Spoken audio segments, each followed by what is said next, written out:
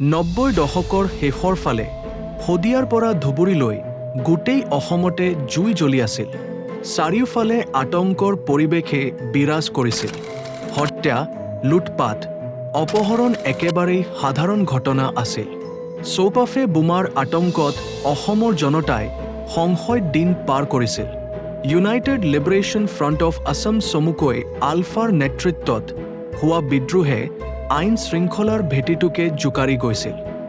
সেই সময়তে আৰম্ভ হ'ল অসমৰ ইতিহাসৰ আটাইতকৈ নিৰ্মম গুপ্তহত্যা।